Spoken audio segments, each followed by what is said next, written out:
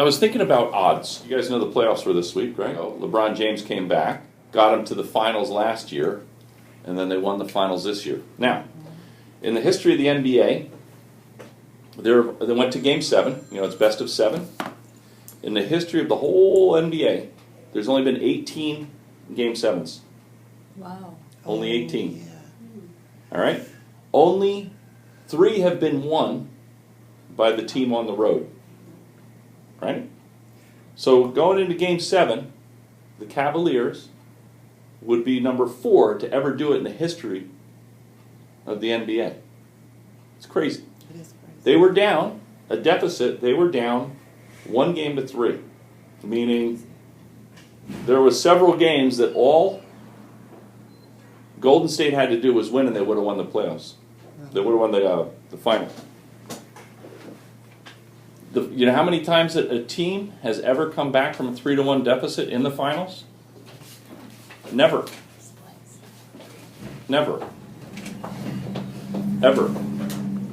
So the odds of them winning that were what most people would say would be almost nothing. 0% chance. Zilch. But they did it. So what are you doing, okay, in your minds to limit your production? Do you think LeBron James said, nobody's ever done it before, I won't be able to do it? Only 18 Game 7s in the history of this, and only 3 road teams have ever won. They were a road team. No. That probably never entered his mind. And if it did, it was brief. What do they do? Remember we were talking the week before? Doing the shots, doing the shots, doing the shots. Do you know why they do that? So that they can defy the odds. So that when they go into a situation like that, they are utmostly prepared. Now I got to say the pressure on someone like that at a free throw line in the Game 7 of the playoffs, of the NBA Finals, it's probably a little more pressure than you sitting down on your listing presentation. Right? But do you think they practice that free throw? Over and over and over and over and over again. How often do you practice your listing presentation? How often do you practice the things that you need, the skills you need to develop to overcome the odds? How on top of your game are you? It's a serious question because you know what? There's some serious. Our youngest agent on the planet, we just hired this young man. Welcome aboard. We have the ability to defy all the odds. We limit ourselves. We got to stop it. We got to stop it. There's a funny thing. Ruby and I took a self-defense class on Saturday, a workshop on Saturday in the Valley, and it was just interesting the whole perspective shift that they had. And it was a high adrenaline one. It wasn't dainty. Where they had a guy in a padded suit coming and attacking you, and you had to defend yourself. And the interesting perspective is with this guy swearing at you, mouthing off, potentially going to attack you, the distractions, how an attacker comes at you. And I always thought in fighting, and I have a lot of experience with fighting, but the perspective was that, you'd watch your opponent and see what they were coming at you with. No. In that high-pressured situation, all you think about is what you're going to do, how you're going to respond, what you're going to go in and attack. Well, that's what happens when we're around people, is they distract us. They distract us from what we need to do. They take our mind off our integrity. They take our mind off our game plan. They take our mind off, you might actually have it's like what I do. I come in here, I have an agenda. I have an agenda, sit down with it, but someone distracts you and knocks you off your game. The more you practice, it's going to sound funny, but sometimes if I'm calling people, I will practice my phone call in case I get their voicemail. And then what if I get them on the phone? I literally will rehearse my voicemail before I call. So that helps me be on game, because all of a sudden, boop, and I want to be quick, concise. That's how I like to present myself. You know, we talked about bios. We talked about value proposition. How do you want to present yourself? Keep it tight. Keep it tight. There's this show called the West Texas Investors Club. Have you seen it? Mm-hmm. These guys are like hillbillies. Like down home. Huh? Hillbilly Shark Tank, exactly. Oh. And they're multi-millionaires. Bazillionaires, yeah. Like but what I love about these guys is these guys are true to the core about themselves. Guy has a cigar, they're talking smack.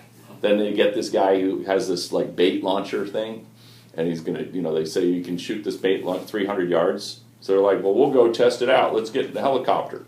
And they get in the helicopter, fly out to this golf range where they're going to putt or drive this thing, and they're like, did you remember the beer? No, I didn't get the beer. You didn't get the beer.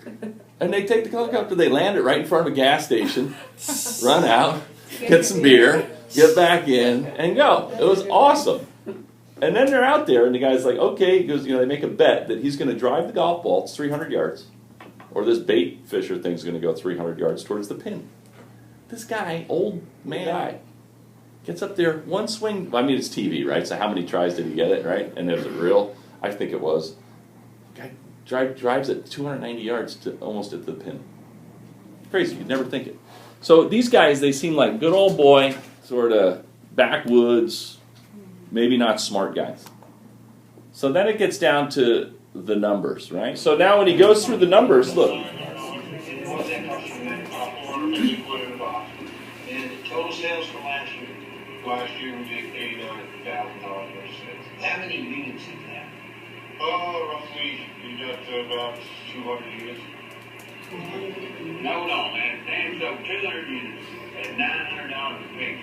You should have had $180,000 in sales last year. Well, I get a real warm and fuzzy feeling about what I'm hearing here, man. That's $90,000 in profit. But heck, man, he lost $1,000. So think about it. 200 units at $450 cost is $90,000. And your sales were $89,000. So you had to lose money. I don't know exactly what that number is. You know, we got to get to the bottom. Exactly. You know, we hit it off and everything. I just don't know where you're not making any sense to me. And we like this. Right? You're not making any sense to me. They're just trying to hoodwink these guys. Right? He wasn't prepared. He didn't know his numbers. He didn't know what he was doing. Don't let that be you.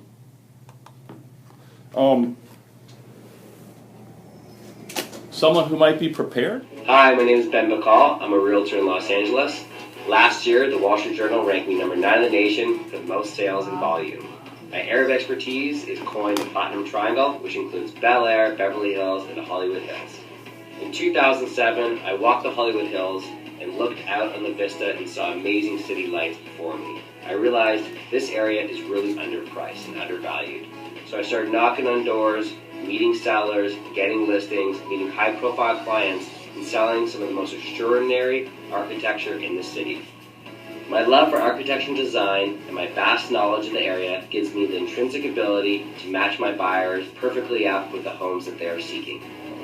One of my specialties is to help developers find special properties to build contemporary homes such as this. I have a real intuitive sense of what makes a property special and how to pair it up with a client. Being in the real estate industry for 12 years, I've learned to really understand what my clients' needs are. I know every single home seller. I know what the value of a property is. I tirelessly look for my buyers, and I work really hard for my sellers to get the most per square foot. In fact, I've increased the median sales price in these 3 neighborhoods from $1,000 to $2,000, and I pushed even $3,000 a square foot. Sellers want to work with me because I've achieved record sales over and over again, and I have $1 billion of sales to prove it. $1 billion. I attribute my success to my use of video and my online digital marketing that sets me apart from the rest. It's value proposition. They say when you've done 10,000 hours of something you love, you become a true success. I love real estate. I eat, breathe, and sleep this neighborhood. I love my clients. I love getting record sales, and I've done that time and time again. The biggest sale in Beverly Hills for $70 million, the largest one in Hollywood Hills for $40, and I'm about to list something for $200 million in Bel Air. I made it my mission to stay ahead of the curve in this ever-changing and very competitive Los Angeles real estate market. Should I have the opportunity to list your property or help you with your purchase, I assure you success. Okay. Wow. Recruit that guy. Yes, you like. Yeah, I'm not sure if he's single or not. No. All right.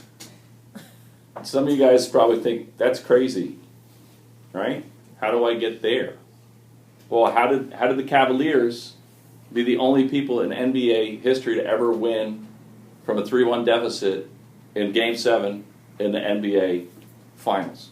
Practice, Work, practice. work. This guy's tight, right? We talked about bios recently. We talked about value proposition. He connected his value proposition and his bio quite nicely in a 2-minute, 19-second video. When this guy is not worried about the odds, this guy's focusing and driven. He didn't just start. He wasn't born with what's that expression? Silver spoon. Silver spoon? No. When you say someone, it's an LA term. Oh yeah, he was born on third base, but he thinks he hit a triple. Do you know what I mean? People that are born entitled and have things. This guy work hard. You can work hard. What if you're in your mind saying I can't do that? Then you're limiting yourself. Think about what steps you need to take to become that. You can look a little goofy selfie stick and which Heidi, hands out for free. Make your own videos. Practice. It's not going to be that the first time. Get with your friends. Have a nice video bio on your website. Have a nice video bio to email people. Put on Facebook. And I'm recommending if it's on Facebook or you're emailing it, probably keep it to 20, 30 seconds. No longer than a minute. And I'm not going to mention their name, his or her name, but one of your colleagues, an agent in this office, worked very hard and just got involved in selling an entire building of 67 condos. Wow. Every one of them. Wow. It's a $50, $60 million deal. Did he defy his odds? Big time, or she? Or they? They did. They did. You might think about a team. We're going to talk about setting up a team next week, about having leverage with somebody, helping each other out. A synergistic effect, and the sum of the parts is greater than the whole.